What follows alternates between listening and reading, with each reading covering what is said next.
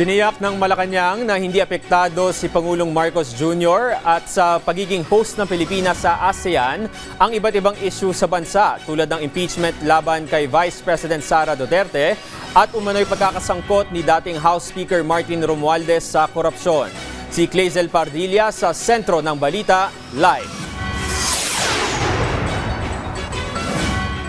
Pigilan ng Malacanang ang panibagong travel authority request na ihahain ni Vice President Sara Duterte. Ito'y matapos kanselahin ng pangalawang Pangulo ang kanyang pagbiyahe sa labas ng bansa dahil umano sa last minute na pagtugon ng Malacanang.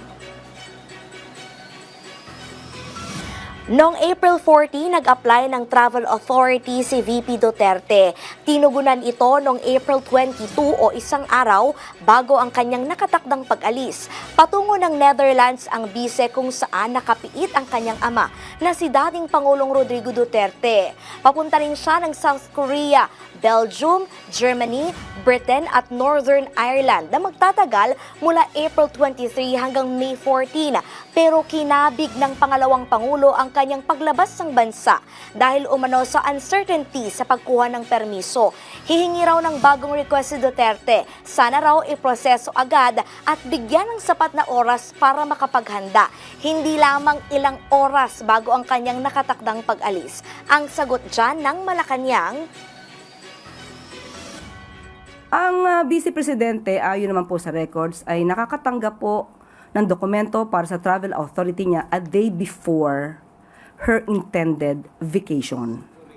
So, hindi naman po siya tinanggihan.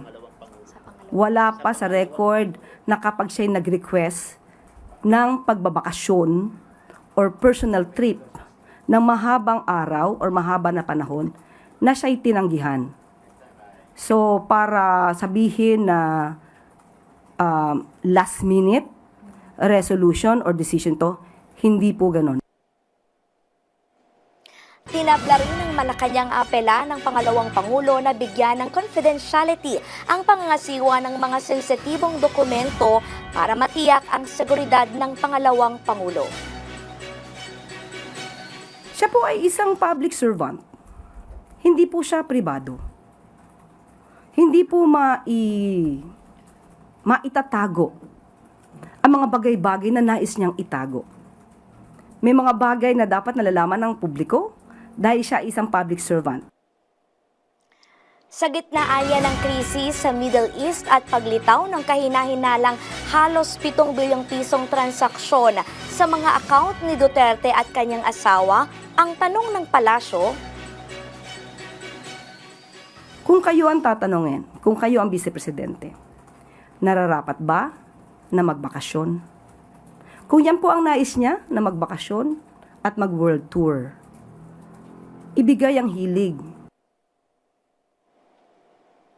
sa kabila ng mga issue sa politika patungkol kay Vice President Duterte at kay dating House Speaker Martin Romualdez na nadidiin sa issue ng korupsyon, siniguro ng Malacanang na hindi ito makakaapekto kay Pangulong Ferdinand R. Marcos Jr.